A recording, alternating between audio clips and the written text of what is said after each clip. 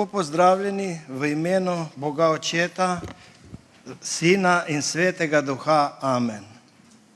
Dobrodošli vsi, ki smo danes prisotni v Evangeličanski cerkvi Dobrega pastirja Novo mesto. Prav tako tudi tisti, ki nas spremljate po medijih. Jutri, v ponedeljek ob 19. uri, bo cerkev odprta za tihe molitve ob spremljavi krščanske glasbe. V sredo ob 19. uri pa je namenjeno tematskem predavanju iz Svetega pisma. Naslednjo nedeljo ob 10. uri pa je osrednje bogoslužje. V sredo 24.7.2024 zvečer bo cerkev organizirala ogled krščanskega filma na prostem zunaj pred cerkvijo na Trubarjevi ploščadi. Na ta način bomo popestrili poletno dogajanje v Novem mestu in prispevali k kulturni promociji krščanstva. Toplo vabljeni. V nadaljevanju bomo zapeli pesem Skozi vrata vstopimo.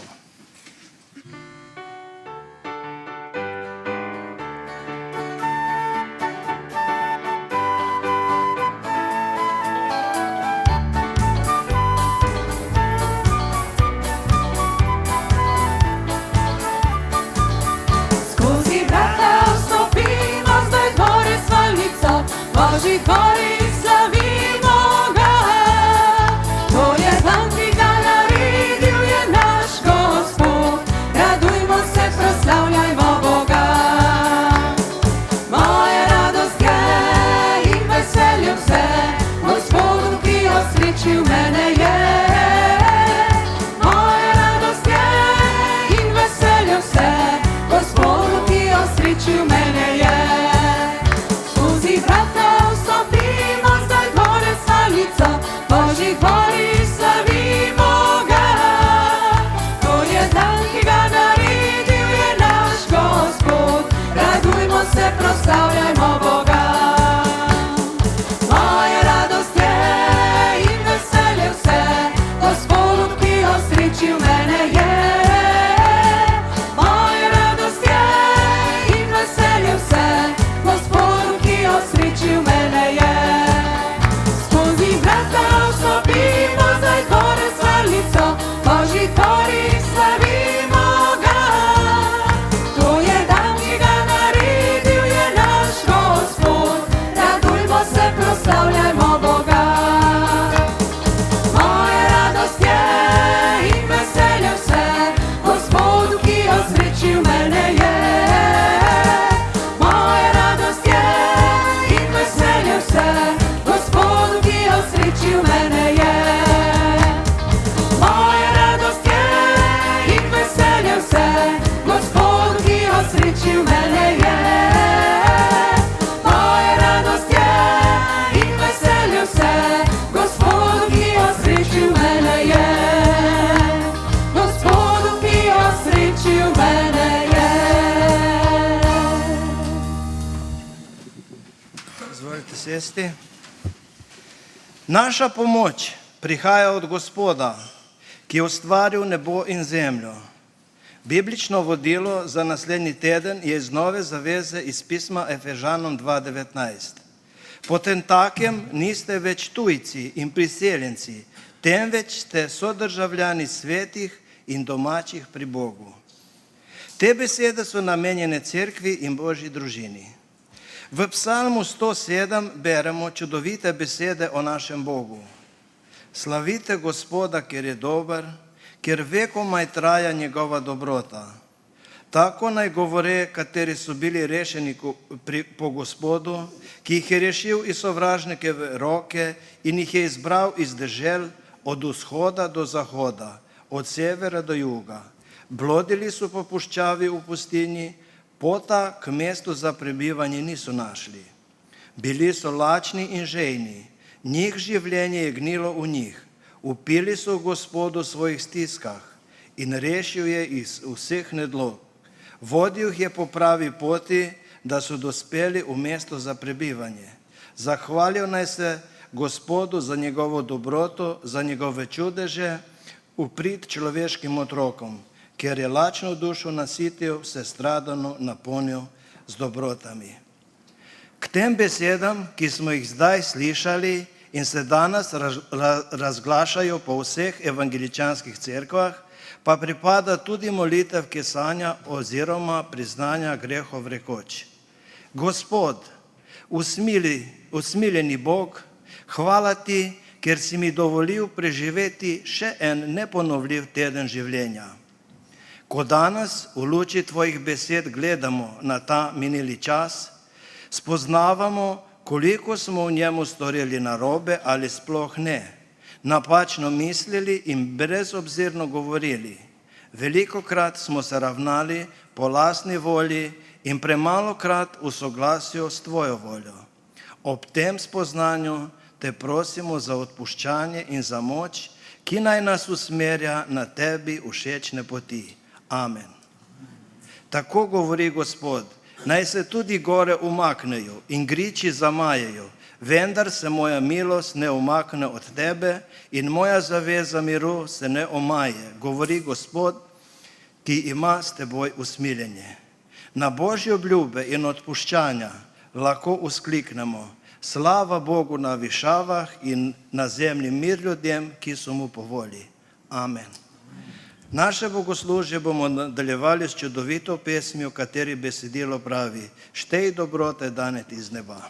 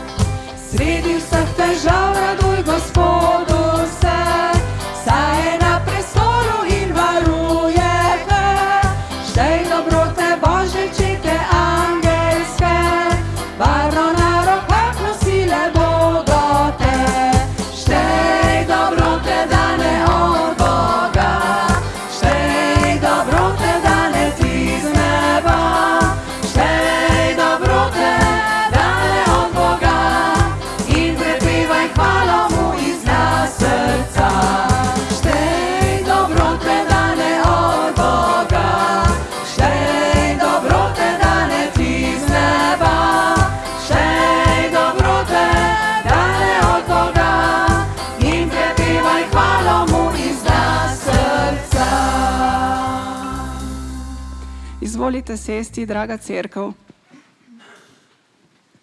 Ljudje velikokrat kompliciramo svoje življenja, misleč, da bolj kot jih bomo zapolnili z različnimi dejavnostmi, novimi stvarmi in izkustvi, bolj bomo ta življenja v polnosti živeli. V večini časa se ukvarjamo s fizičnimi, torej lastnimi fizičnimi potrebami. In to, da smo ljudje od nekdaj usmerjeni predvsem v zadovoljevanje teh potreb, je razvidno tudi iz različnih zgodb in prilik, ki jih najdemo v Svetem pismu. Očitno gre za univerzalno lastnost človeka, ne glede na zgodovinsko obdobje, v katerem ta človek živi.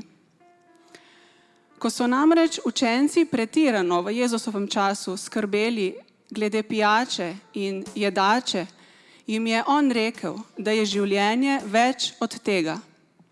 Da fizični kruh sicer potrebujemo, a ga moramo za življenje vedno znova zaužiti. Zato je svojim učencem in množicam, ki so ga poslušale, povedal, da je pravi kruh življenja tisti, ki ga daje Bog z nebes in da ta kruh daje življenje vsemu svetu. Odziv poslušalcev na Jezusove besede takrat je zapisan v Janezovem evangeliju v 6. poglavju od 34. do 35. vrstice in gre takole. Tedaj so mu rekli, Gospod, vselej nam daj tega kruha. Jezus jim je dejal, jaz sem kruh življenja.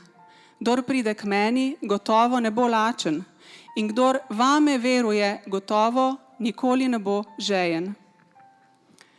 In tudi mi, dragi zbrani, smo prišli v cerkev, ker spoznavamo, da potrebujemo ta kruh z nebes.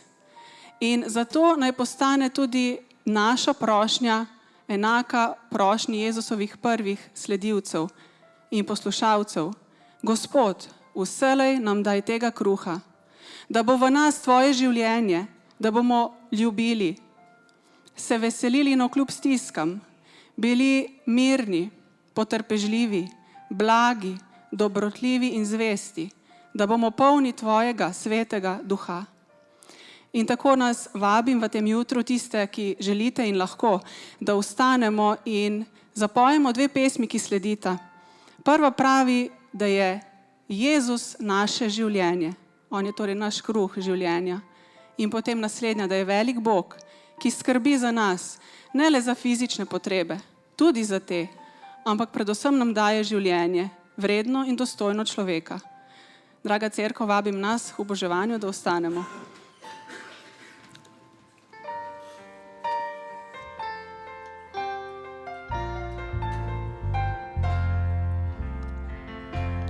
Skala si moja, mir moči, večni moj delež milosti, moje življenje si.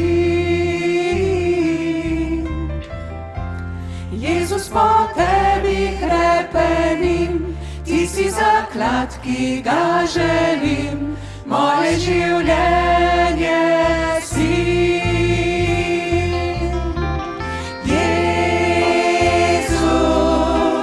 Božji sin, vreden si časti.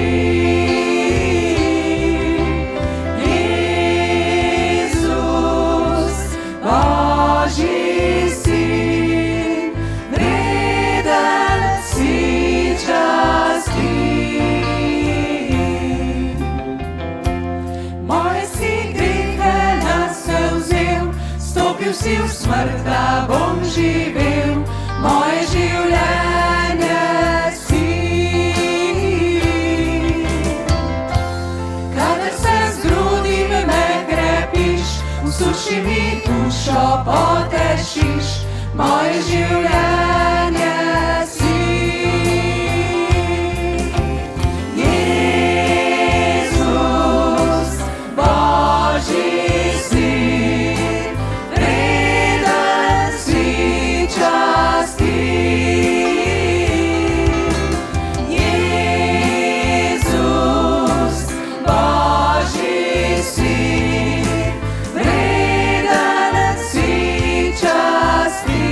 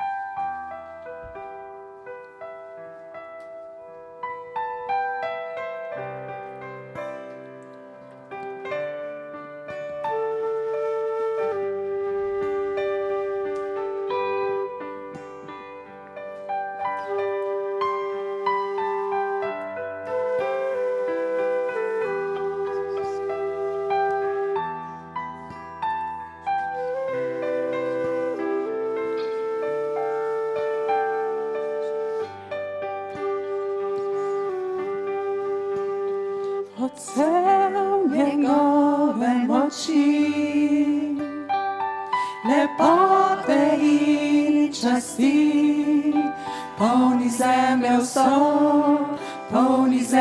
vso. Naš Bog in večni kralj, svetlobo je odet, prežene temo vso.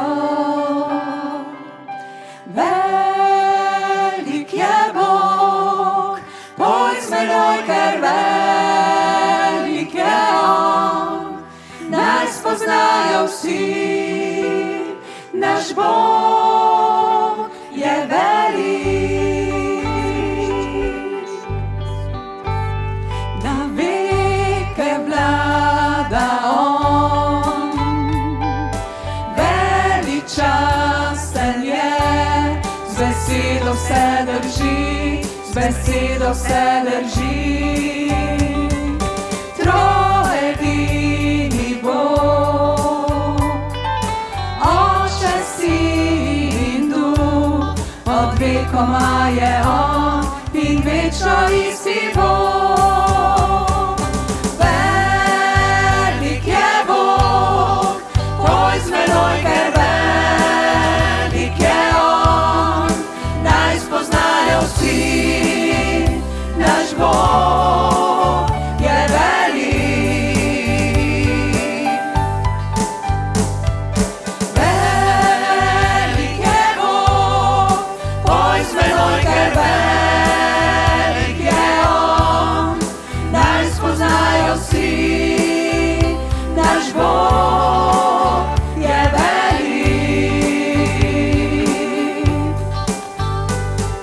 Vzvišeno ime, vredno vse časti, zato bom pel, naš Bog je velik. Vzvišeno ime, vredno vse časti, zato bom pel, naš Bog je velik. Velik je Bog, poj z menoj, ker velik je On, naj spoznajo vsi, naš Bog je velik.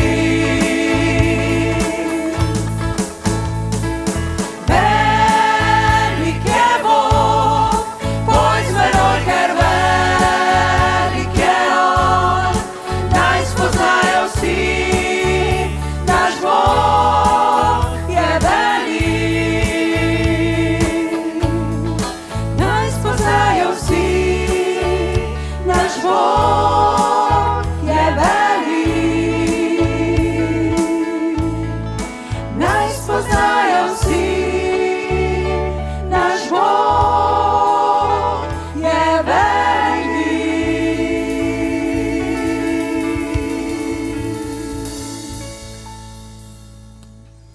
In naše oboževanje bomo zaključili s psalmom 23. Kdor ga zna, lahko govori zraven, naj bo to naša molitev.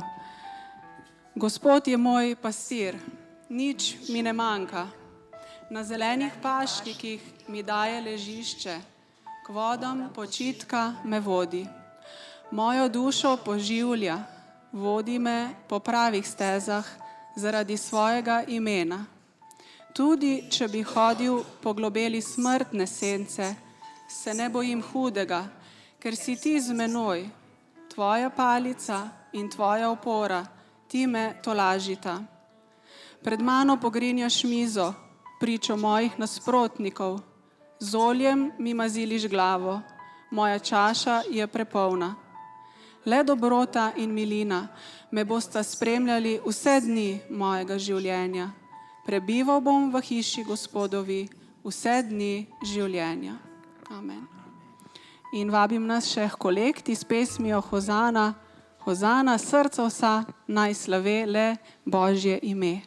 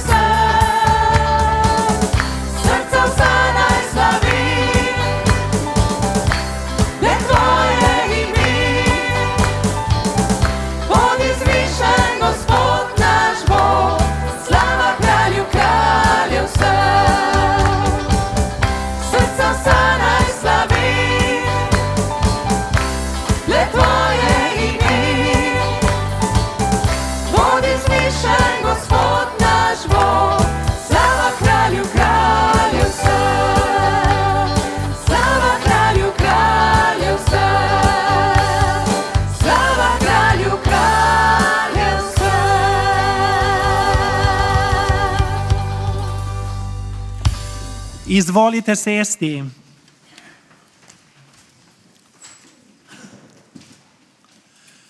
Smo pri Božji besedi.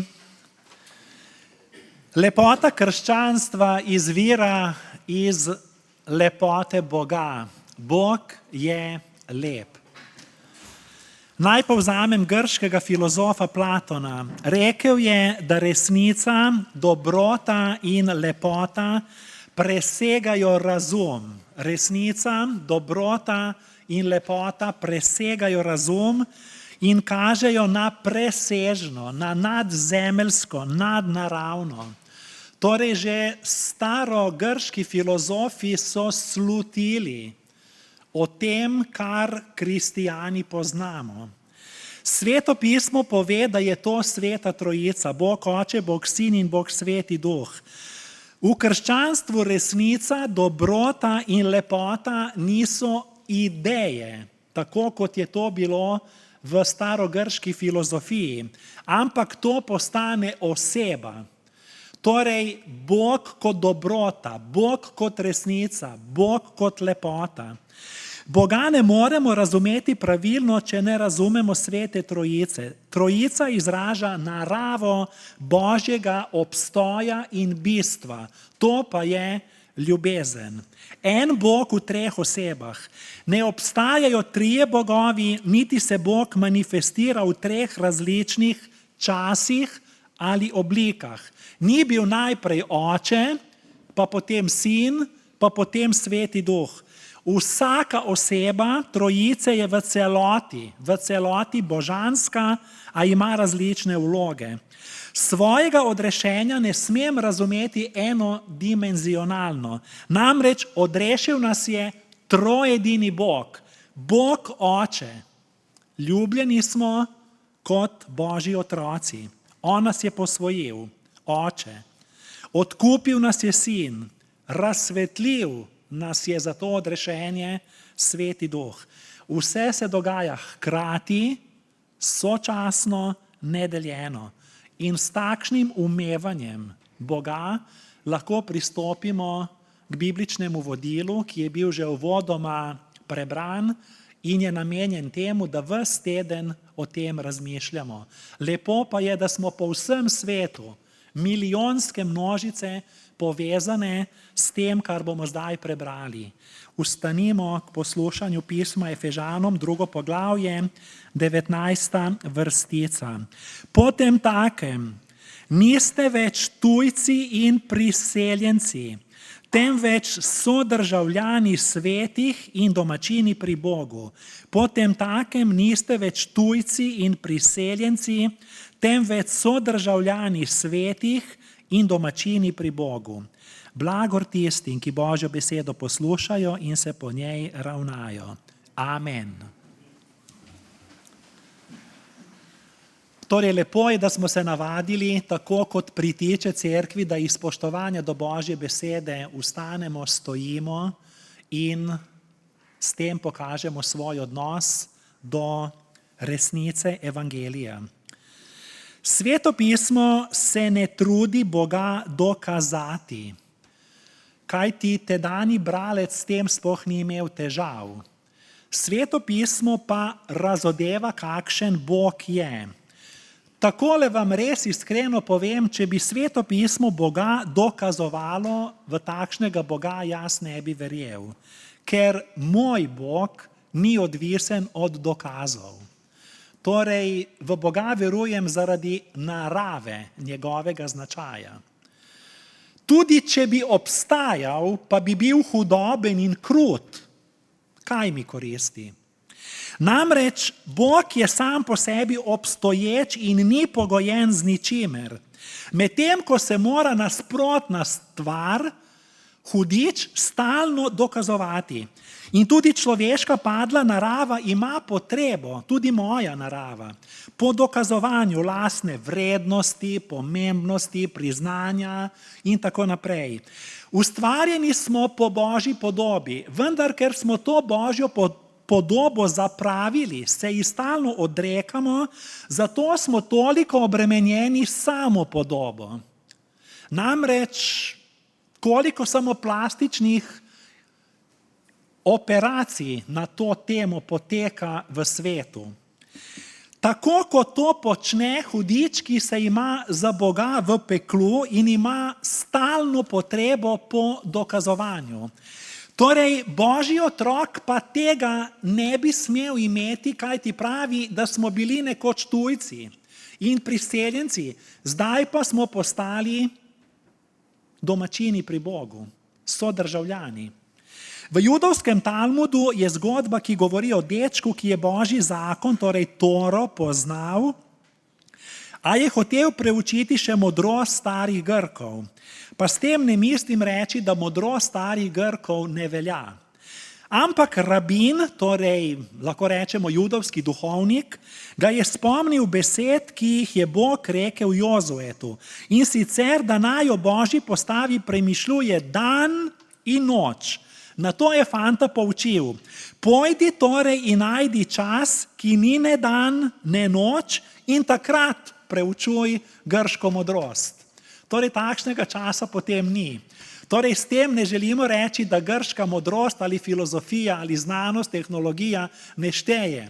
Vendar hočemo povedati, kot je ta rabin povedal, da je Bog nad vsem in on daje modrost.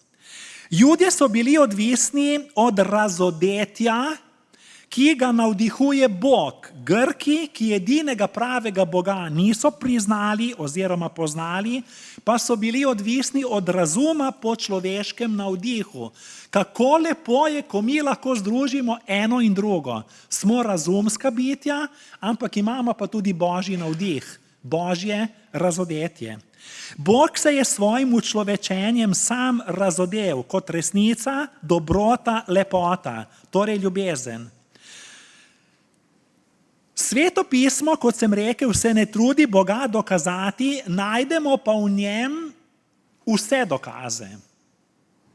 Ko se pogovarjamo na filozofsko-teološki način, potem lahko kdor to ve, razume, da v Svetem pismu imamo in kozmološke, moralne, ontološke, teleološke in vse ostale dokaze, da je Bog stvaren, vendar kot kristjan lahko povem, da je dodaten dokaz obstoja Boga moje spremenjeno življenje. Seveda tudi vse to pade v vodo, če ne verjamem v Sveto pismo. Če ne verjamem v Božji institut, Božje cerkve. Ko je evangelij prispel v pogansko kulturo, so staroselci v krščanstvu prepoznali edinstvenost. Krščanstvo je tako edinstveno, tako lepo, resnično, tako dobro, tako plemenito, tako ljubeče. Predstavljajmo si tedanji pogovor, 2000 let nazaj. Pogan vpraša kristjana, kje so podobe in idoli vaših bogov? Kristjan mu odgovori, ta, naš Bog, ne potrebuje podob in malikov. Njegova polnost živi v osebi Jezusa Kristusa. Na to pogan vpraša kristjana, kje so vaši templji? Kristjan mu pojasni, mi smo Božji tempelj in Božji duh prebiva v nas. Na to pogan vztraja in nadaljuje, kje so vaše tempeljske daritve, žrtve, in kristjan mu razloži, Jezus Kristus je to storil enkrat za vselej, ko je daroval samega sebe. Poganom je postalo očitno, da to presega in razum in religijo, ki je človeški izum. Zato so začeli kristijane imenovati ateisti. Zgodba je obrnjena. Danes rečemo, da so ateisti tisti, ki ne verujejo in niso kristijani, ne pridejo v cerkev. Ampak prvim kristijanom so rekli ateisti. Zato, ker to je res zgodovinsko zapisano, ker niso verjeli v tiste bogove. In ker niso verjeli v bogove, torej v politeizem, mnogoboštvo, so rekli, da so brezbožni oziroma neverujoči in ateisti. Pa še nekaj, ker so bili v manjšini, pa ker so živeli tako spremenjeno življenje, tako ljubeče, dobro, plemenito, da so odpuščali in niso sovražili, so jim še en vzdevek dali, sekta, torej ločina. Torej prvi kristijani so bili sekta in ateisti. Zgodba se je obrnila v 2000 letih. Namreč kristijani verujemo v enega Boga. Verujemo v Boga, ki je oseben, ne pa neoseben. In vera nas žene kot prve kristijane. Kajti, če vemo, da to je in smo to izkusili, potem si to zasluži, da delimo tudi z drugimi. In okolica nauka prvih kristijanov ni mogla sprejeti. Zato so jih preganjali, izseljevali, se iz njih norčevali, domači so se jih odrekali, imeli so jih za tujce, čudake, oblast je z njimi ravnala, kot da so nedržavljani in brezbožniki, bili so preganjani, mučeni, spomnimo se rimskega cesarja Nerona in ostalih. Še več, apologet, torej zagovornik krščanstva in Boga, Atenagora v 2. stoletju je zapisal, da so prve kristijane obtožili 3 zločinov: kanibalizma, ljudožerstva, ker niso razumeli, kaj počnemo pri Gospodovi večeri. Ko Jezus pravi, to je moje meso, moja kri, moje telo. Potem so jih obsodili krvoskrunstva ali incesta, ker so se začeli imenovati med sabo bratje in sestre. In obtožili so jih tudi ateizma, kot sem že rekel, brezbožnosti, ker niso verjeli, da je cesar Bog in ostali bogovi. Torej prvi svet ali stari svet je bil zelo religiozen. Tudi današnji svet je zelo religiozen, na drugačen način. Toda kristijani tega niso podpirali. Tudi današnji svet je poln bogov. Naša kultura je obsedena dobesedno z maliki, idoli, bogovi, denarjem, slavo, uživaštvom, seksom, ponovem tudi z nebinarnostjo glede spola ali roda, samopromocijo, čaščenjem reči, zaradi katerih se pač počutimo dobro, srečno. Toda Sveto pismo jasno pove, da družba, ki je proti Bogu, je tudi proti človeku. Smrt Boga je tudi smrt človeka. Zato Sveto pismo pravi, Gospoda svojega Boga se boj, njemu služi in pri njegovem imenu ne prisegaj, ne hodite z drugimi bogovi izmed bogov ljudstev, ki so okoli vas, kajti Gospod je tvoj Bog. Pavlov zapis, ki smo ga prebrali, moramo tolmačiti v duhu tedanjega časa. Kristijani so postali takšni, kot so bili, dobronamerni, ampak tujci, izgnanci. In zato Pavel uporabi 4 zanimive metafore. Tujci, priseljenci, sodržavljani, domačini. V času nastanka cerkve, prvega krščanstva, je bil tujec nekdo, ki ni imel nobenih pravic. In tudi kristijani so bili izgnani, tako kot je bila recimo močna protireformacija, kot so bili mnogi protestanti ali pa Primož Trubar izgnani, celo pobegnil je in se skrival na Nemškem in ostali reformatorji, ali pa Martin Luther, ali pa kateri drugi, katerikoli prenovitelji ali tisti, ki vidijo dlje, kot vidijo običajni ljudje. Namreč ostali so brez dežele. Potem pa pravi Pavel, kakšna sprememba, ne žalostite se, kajti v bistvu je zgodba drugačna. Smo sodržavljani in domačini, ker pripadamo Božji hiši. Postali smo del Božje družine, člani Božjega gospodinjstva. Veste, ko izvirnik v grščini nakazuje na gospodinjstvo, to pomeni ne, da sem samo nekje tako na obisku, ne, da sem samo domačin, ampak gospodinjstvo pomeni biti v odnosu z družino isto družino, iste hiše, gre za ožjo družino.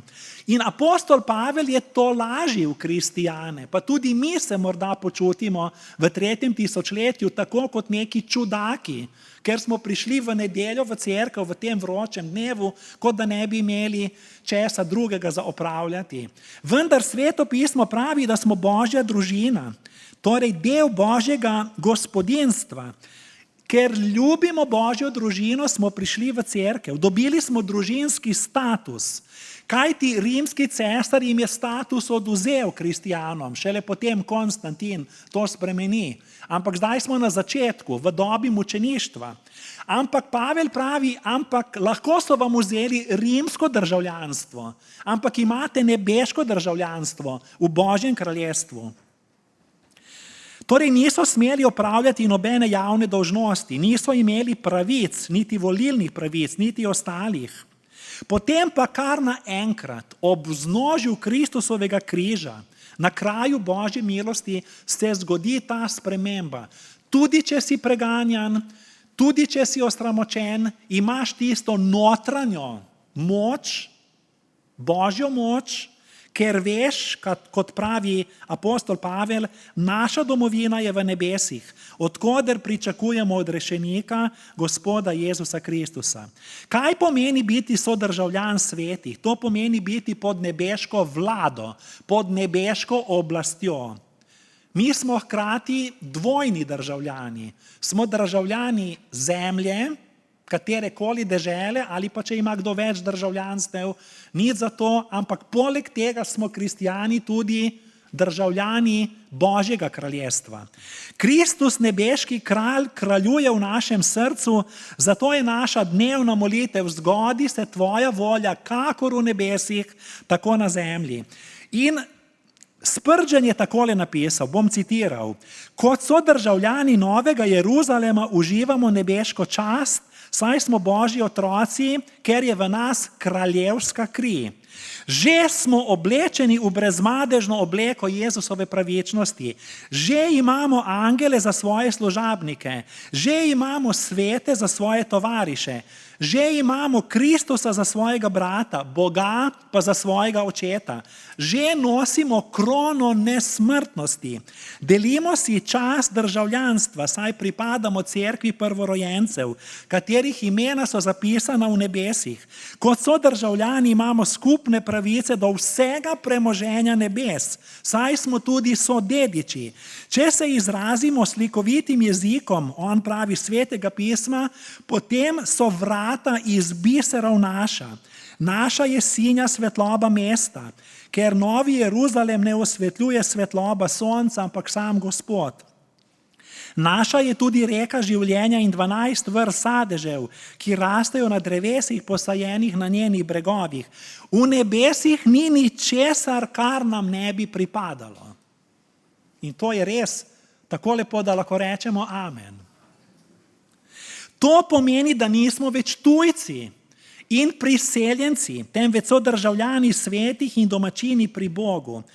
In zato, če smo, kot pravi naprej Sveto pismo, so državljani nebes, se moramo tudi obnašati tako, kot pritiče državljanu nebes. Mi vedno mislimo, moram biti ljubeč, pošten, ne kradem, ne lažem, ne prešuštvujem, ne malikujem, Kaj pa to? Ali nam pritiče tudi to, kot državljanom nebes, če se en grešnik spreobrne, se vse nebo veseli. Angeli vzamejo harfe, kot slikovito rečemo, začnejo slaviti Boga, veliko delo odrešenja. Torej, če smo sodržavljani nebes, se moramo veseliti skesanih grešnikov, kajti v nebesih je veliko veselje nad enim samim spreobrnjencem. Stalno moramo slaviti in opevati Božjo zmagoslavno milost. Delati moramo to, kar delajo v nebesih. V nebesih prepevajo, to nam je dano videti, spoznati, prepevamo tudi mi. V nebesih se veselijo, ko grešnik prestopi v življenje, se moramo veseliti tudi mi. Častiti moramo Boga, ker smo sodržavljani nebes in moramo hrepeneti po tem. Draga Božja cerkev, živimo v zelo razdeljenem svetu. Zelo razdeljenem svetu. Očitne so delitve še vedno na bele in črne, na barvo kože, na Arabce in Jude, na moške in ženske in mnogo nijans in inačic vmes. Mnogo teorij spola in ideologij spola. Delitve na bogate in revne, politične delitve na leve in desne, zelene in drugačne. Tako je bil svet razdeljen tudi v 1. stoletju, kajti rimsko cesarstvo je bilo veliko. Tam so bile različne kulture, jeziki, narodi, vere. Pregrada med Judi in pogani je bila ogromna. Judje so zelo šovinističen narod, od vedno. In niso dovolili niti vstopiti poganom blizu. Tam je bil zid, pregrada, smrt, gorje, tudi kamenjanje bi lahko doživeli. Torej, to je ta druga plat. Ne govorimo o tej duhovni plati Judov, govorimo o tej nacionalni plati Judov. Na drugi strani pa so bili tam Egipčani, pa pogani, pa Arabci, pa Rimljani, ki so spet svoje bogove in svoje pravice podpihovali. In v takšnem kaosu, kakršen je bil takrat, mislimo, da je zdaj kaos, vendar ko beremo zgodovino, to je bila mešanica. To je bila res enolončnica vsega. Pride učlovečeni Božji sin, Gospod Jezus Kristus. Ravno tam, ne nekam drugam. In ravno tisti čas. In potem apostol Pavel po vsem tem pravi, v takšnem kaosu, niste več tujci, niste več priseljenci, ker so govorili, on je tujec, on je priseljenec, on je izgnanec, on ne sme tukaj živeti, on ni domačin, on nima pravic, ampak pravi, ste državljani svetih, domačini pri Bogu. Božja cerkev v svetu je izum neba. Božja cerkev ima vse narodnosti, vse barve, vsa prepričanja, vse orientacije, vse nekdanje veroizpovedi, združene v eno samo vero, veruj v enega Boga, Očeta, Sina in Svetega Duha. V eno samo odrešenje po Jezusu Kristusu. Torej, cerkev je res Božji izum, človeška znanost, ne ne razum, ne politika, ne organizacija Združenih narodov, ne mirovniki, ne filozofi, ne znanstveniki ne morejo spraviti dva človeka skupaj, da bi bili v edinosti duha. To je čudež. To je dokaz Boga. Hoče kdo še večji dokaz?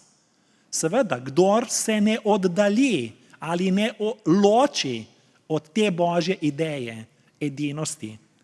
Kjer sprejemamo pravičnost, enakopravnost, bratstvo, iskrenost, edinost, slogo, vzajemnost, spoštovanje, sprejemanje drugačnosti, skratka z eno besedo ljubezen. V času nestabilnosti nujno potrebujemo takšno ustanovo. Nujno potrebujemo takšno zavetje, takšno varnost. In če bo evangeličanska cerkev dobrega pastirja v Novem mestu tako zavetje, takšen dom ljubezni, je pred nami perspektiva. Lahko smo mirni, kajti Božje kraljestvo traja večno. Cerkev je nova Božja družba, ljubeča skupnost. Zato ni dobro, da cerkev kritiziramo, ker s tem kritiziramo Boga. To je njegov izum. In s tem kritiziram sebe, ne drugega, ker tudi jaz pripadam tej skupnosti. In moram najprej preveriti svoje življenje. Današnji trend je: sem kristjan, vendar ne hodim v cerkev. Verujem v Boga, vendar ne želim, da mi cerkev diktira, narekuje, kako naj živim. Boga lahko častim tudi doma. Ne rečem, da ne moremo doma častiti Boga. Seveda ga lahko. Ampak to ni to. To je tako, kot da si poročen z nekom, pa ne živiš z njim. Da imaš prijatelja, ampak nikoli z njim besede ne spregovoriš. Namreč takšni ne razumejo koncepta cerkve. Poklicani smo ne, da samo verujemo, ampak da tudi pripadamo. Ustvarjeni smo za skupnost, za občestvo. In to je pomembno v tem času individualizma. Nihče ne more sam izpolniti Božjega namena za človeštvo. Komaj ga skupaj s pomočjo Svetega Duha. Kje pa, da bi en sam človek mogel spreobrniti svet? Sam kristijan ni kristijan, solus Christianus, nullus Christianus, nauk prve cerkve. Cerkev pa je cerkev, tudi če smo vmes grešniki, hinavci, samopašni, ravnodušni, drugače misleči, kakorkoli, ravno to je ta lepota, kot v družini. Saj se vedno ne strinjamo z vsem. Tudi mož in žena se z vsem ne strinjata. Tudi prijatelj in prijatelj, ampak če je odnos zrel, potem to zmore. Cerkev je pomembna. Mnoge cerkve v zahodnji Evropi so po novem, ko so kolektivni dopusti, avgust, velike države, Francija, Nemčija, zaprte, tudi ob nedeljah, ker ljudje smo izgubili občutek do cerkve. Jezus pa ne pretirava z velikimi številkami. Kjer sta 2 ali 3, tam sem jaz med njimi. Ne boj se, mala čreda. Torej ne gre zdaj toliko za to količino, seveda, ampak za kvaliteto. In čemu ne bi bili skupaj, ko je vendar cerkev Božji izum? Naj me ta zgodba predrami.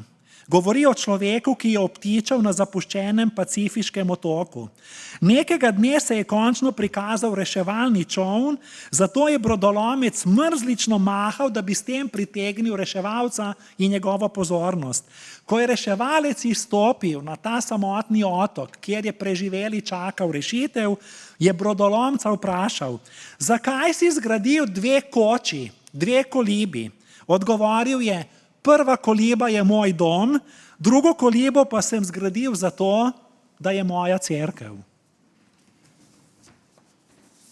Torej en sam brodolomec na samotnem otoku, pridejo, ga rešijo, vprašajo, zakaj si zgradil 2 koči.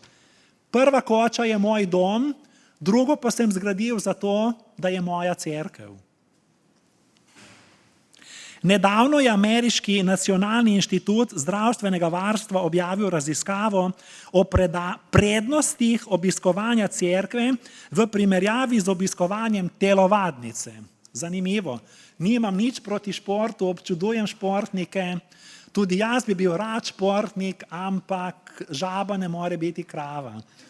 In obrnjeno. Namreč ne bo šlo. Če me pripravite za kak lep cerkveni izlet, je že uspeh. Torej, tale Nacionalni inštitut zdravstvenega varstva ima raziskavo o prednosti obiskovanja cerkve v primerjavi z obiskovanjem telovadnice. Anketirani in preučili so 130.000 ljudi in ugotovili, nič ni proti telovadbi, ampak to, kar pozabljamo, da redno obiskovanje cerkve, bogoslužja zelo izboljša zdravje in podaljša pričakovano življenjsko dobo. Raziskava je kar obsežna, jaz jo bom študenti v Zagrebu obdelal ob začetku novega akademskega leta. V raziskavo so bili vključeni zdravniki, klinični psihologi, antropologi, sociologi, teologi, filozofi, terapevti, samo nekaj primerov. Če smo v cerkvi, je manj možnosti za demenco. Zato, kar ponavljajmo pesmi, ker se začnemo učiti na pamet, molimo Oče naš, Gospodov psalem, Gospod je moj pastir, psalem in tako naprej. Veliko smo zbrani, poslušamo, smo aktivni. Če pojemo pri pevskem zboru, ravno tako treniramo celotno telo, smo veseli, imamo smisel v življenju, pravi raziskava, namen v življenju, ne živimo kar tja v 3 dni, v prazno. Torej pomaga, zelo pomaga, če izključimo tudi večnost. In če se vrnem k apostolu Pavlu, pravi, niste več tujci, niste več priseljenci, ampak ste sodržavljani svetih in domačini pri Bogu. In končujem, ker je vroče pa poletje, namreč takole je. Smo se že kdaj počutili kot tujci? Pravi, niste več tujci. Jaz nisem nikoli bil tujec, težko razumem, kako je biti tujec. Predvidevam pa, da je težko biti tujec. Sploh, če prideš v deželo, kjer so nestrpni do tujcev. Pa te popravljajo, predvidevam, tvoj jezik ni pravilni, tvoja slovnica ni, pa ne vem, ne spadaš sem, nekako si osamljen, nimaš socialne mreže, nekako se počutiš nesprejet, samo predvidevam. Hvala Bogu, nisem šel skozi to. Si odveč. Morda pomisliš, ne sodim sem, ampak sem pa lahko tujec na drugačen način. Morda se kdo počuti tujec v lastni družini. Morda v šoli.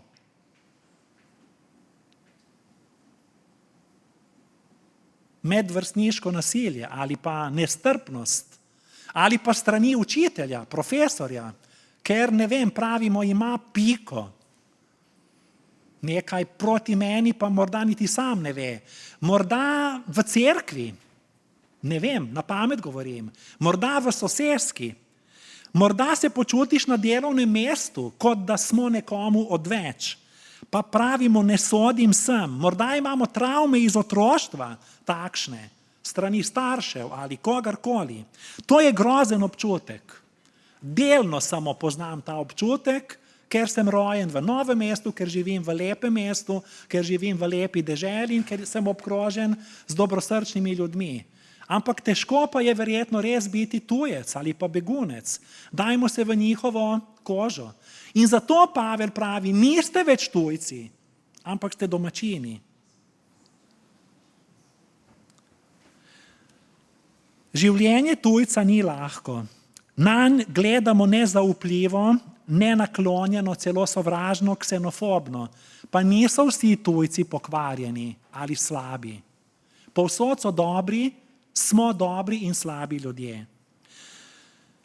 Povsem drugače je, ko pridem v Božjo cerkev. In Božja cerkev mora odpreti vrata vsem ljudem. S tem končujem. Ne glede na kakršenkoli predznak teh stigem in etiketiranja, pa je preveč. Vse to imamo v cerkvi, zato smo polni upanja. Martin Luther je rekel, da samo Bog odrešuje, a da je obiskovanje cerkve nepogrešljiv znak odrešenja, ker odrešen človek želi priti v cerkev. Reformator Jean Calvin je zapisal, da Bog tako zelo ceni občestvo svoje cerkve, da ima za izdajalca in odpadnika od vere vsakogar, ki se ne udeležuje bogoslužij, ker se tam oznanja Božja beseda in se podeljujejo zakramenti. In preden zaključimo z molitvijo, prisluhnimo, kaj je rekel Martin Luther, ko je na večerji gostil gosta.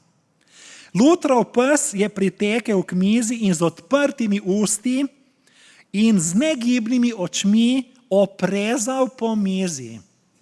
Luther je zaključil, ko bi jaz tako molil, kot moj pes opazuje kos mesa.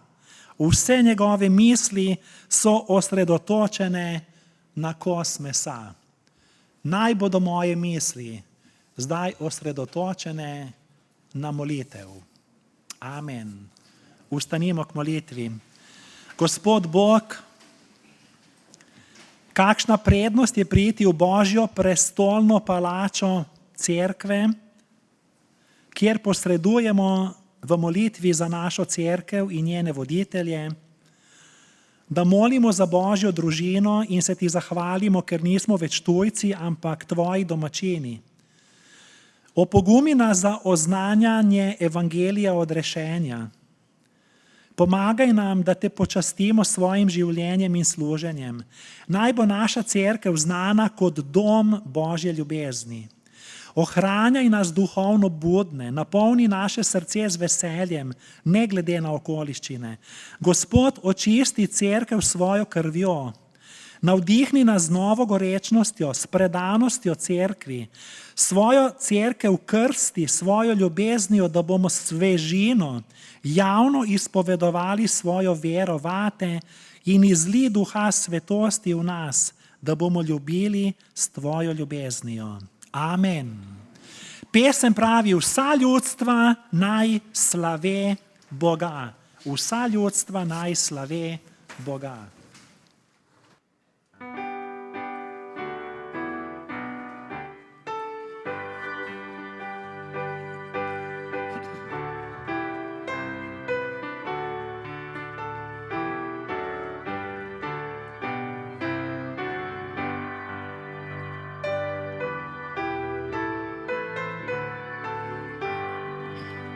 Vsa ljudstva naj slavi Boga, naj vse, kar diha, hvali ga.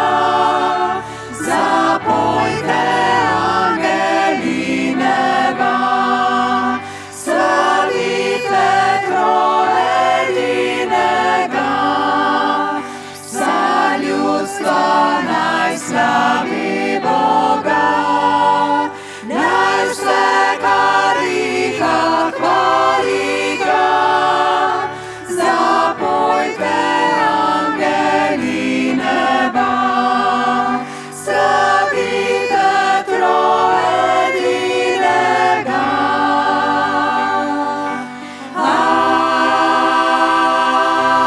Amen. Gospod naj te blagoslovi in te varuje. Gospod naj da sijati svoje obličje na tabo in naj ti bo milosljiv. Gospod naj dvigne svoje obličje na te in ti podeli mir. Amen.